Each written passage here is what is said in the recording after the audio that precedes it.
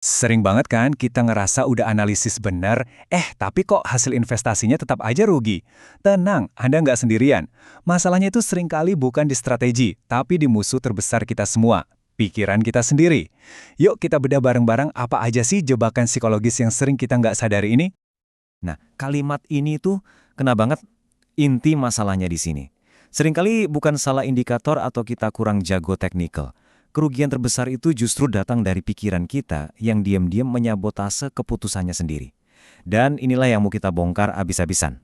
Coba bayangin, kita udah jungkir balik belajar pola candlestick, indikator canggih, macam-macam strategi trading. Tapi apa gunanya itu semua? Begitu pasar bergejolak, yang nyetir kita tuh bukan lagi logika, tapi panik dan serakah. Tanpa fondasi mental yang kuat, strategi paling canggih di dunia sekalipun bakal ambyar. Nah, pertanyaannya sekarang, jebakan mental itu apa aja sih sebenarnya? Biar bisa kita lawan, kita harus kenalan dulu sama musuhnya kan? Jebakan ini macam-macam bentuknya, dan sering banget bekerja di bawah sadar kita. Oke, mari kita identifikasi satu persatu. Oke, kategori pertama yang paling sering bikin kita tergelincir itu namanya bias kognitif. Gampangnya, ini tuh kayak error sistematis di cara kita berpikir yang akhirnya ngacoin keputusan kita. Yuk kita lihat beberapa yang paling sering muncul di dunia investasi. Ini jebakan klasik banget. Coba deh ngaku, pas udah beli saham X, tiba-tiba semua berita bagus soal perusahaan itu jadi kelihatan kan? Sebaliknya, kalau ada berita jelek, itu mah dilebih-lebihin aja. Otak kita tuh emang secara alami nyari pembenaran, bukan kebenaran. Dan ini bahaya banget. Siapa di sini yang nggak pernah kena FOMO? Lihat grafik saham ijo tebal, grup-grup lagi heboh, langsung deh muncul rasa cemas ketinggalan kereta. Tanpa mikir, langsung hajar kanan. Beli! Ironisnya, seringkali kita loncat masuk, taunya kita masuk pas pestanya udah mau bubar. Akhirnya nyangkut di pucuk. Jadi deh contohnya, mungkin Anda pernah mikir, wah harga saham ini udah 1.200, kemarin kan masih 1.000, udah mahal banget dong. Nah, angka 1.000 itu jadi jangkar di kepala Anda. Padahal, siapa tahu nilai wajar saham itu sebenarnya 1.500. Jangkar inilah yang bikin kita jadi nggak objektif lihat potensi. Hati-hati ya, baru profit kecil beberapa kali berturut-turut itu bisa jadi racun loh. Tiba-tiba kita ngerasa jadi paling jago, jadi dewa trading. Akibatnya, mulai malas riset, berani ambil risiko yang nggak masuk akal, dan lupa daratan. Ingat, ini bukan jalan pintas jadi kaya, tapi jalan tol menuju bangkrut. Oke, kita pindah ke jebakan kedua. Kalau tadi itu cacat dalam berpikir, sekarang kita bahas cacat dalam merasa. Emosi itu manusiawi, tapi dalam investasi, emosi yang nggak terkendali itu udah pasti resep bencana. Lihat deh, ini dia dua kekuatan yang selalu tarik-menarik, takut dan serakah. Rasa takut itu selalu bisikin kita, jual sekarang, jual aja. Pas pasar baru goyang dikit, akhirnya kita kehilangan potensi profit gede. Sebaliknya, si serakah teriak, tahan terus, dikit lagi naik nih. Sampai akhirnya profit yang udah di depan mata hilang gitu aja. Dua-duanya sama-sama perusak. Nah, ini dia siklus neraka yang nyakitin banget. Ceritanya Anda jual saham. Besoknya harganya malah terbang.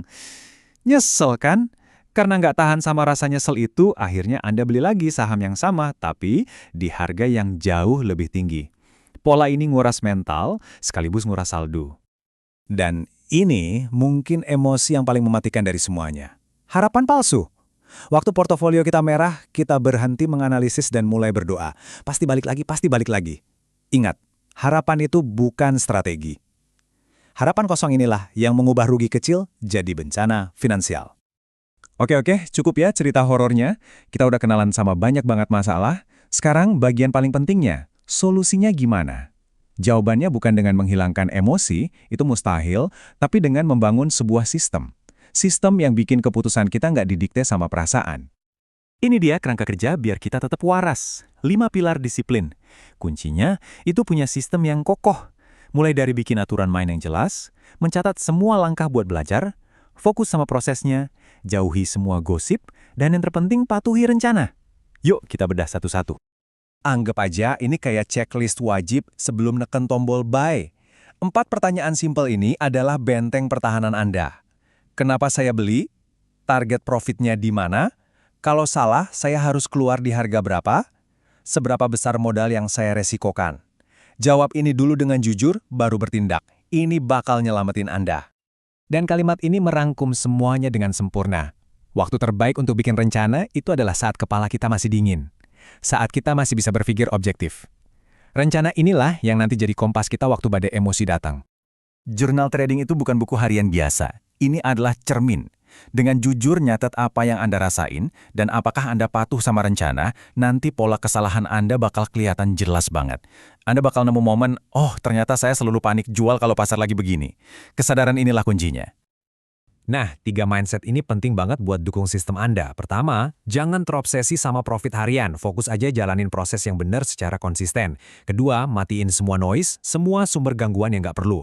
Dan yang terakhir, ingat, rencana yang Anda buat pas pikiran jernih itu jauh lebih bisa dipercaya daripada perasaan sesaat Anda. Jadi, kalau kita tarik benang merah dari semua obrolan kita ini, semuanya itu bermuara pada satu kata yang sangat kuat, disiplin. Inilah yang ngebedain investor amatir sama yang profesional. Kita sering banget dibilang harus percaya diri. Itu benar. Tapi ada batas yang tipis banget antara percaya diri dan kesombongan. Percaya diri yang dilandasi sistem, itu jadi perisai. Tapi percaya diri buta tanpa sistem, itu namanya overconfidence, bias yang tadi udah kita bahas. Dan itu adalah resep pasti menuju kehancuran. Inilah kesimpulan utamanya. Pasar itu bukan adu pinter, bukan adu IQ. Ini adalah adu ketahanan mental. Kemenangan jangka panjang itu diraih sama mereka yang bisa kenal sama kelemahan dirinya sendiri, lalu bangun sistem untuk ngatasin itu, dan punya disiplin buat ngejalaninya hari demi hari. Jadi, setelah semua ini, bolanya ada di tangan Anda. Pengetahuan tanpa tindakan itu nggak ada artinya. Apa satu langkah paling kecil yang bakal Anda ambil hari ini juga untuk jadi investor yang lebih sadar diri? Mungkin mulai buka halaman pertama jurnal trading Anda, atau nulis satu aja aturan utama sebelum beli saham. Mulai dari sana, karena perjalanan ribuan mil selalu dimulai dari satu langkah kecil penuh kesadaran.